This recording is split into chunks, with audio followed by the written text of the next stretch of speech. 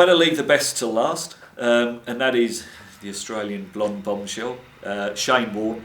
I can sit here and tell you he was the toughest opponent I came up against. My record will show that. I think I succumbed to him 14 times in my 34 Ashes Test match career.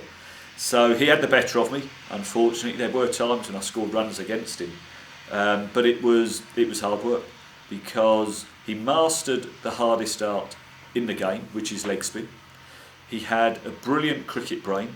He'd also made a brilliant Australian captain, and because he understood the game and was always very proactive in everything he did on the cricket field.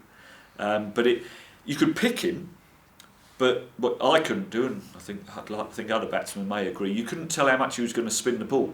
So his googly, his wrong one, for example, Mushtaq probably had a better one, better disguised googly.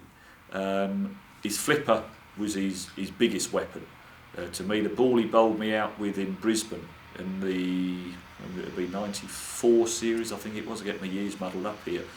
Thankfully, it was one of the top 6 balls he said he ever bowled, because the ball before he'd run up bowled this leg spinner, which was shortish and wide of off stump. I got back and cut it, went for 4 through the covers. Then the next ball he's bowled one which I thought was exactly the same, fractionally straighter, but I still thought it was a leggy.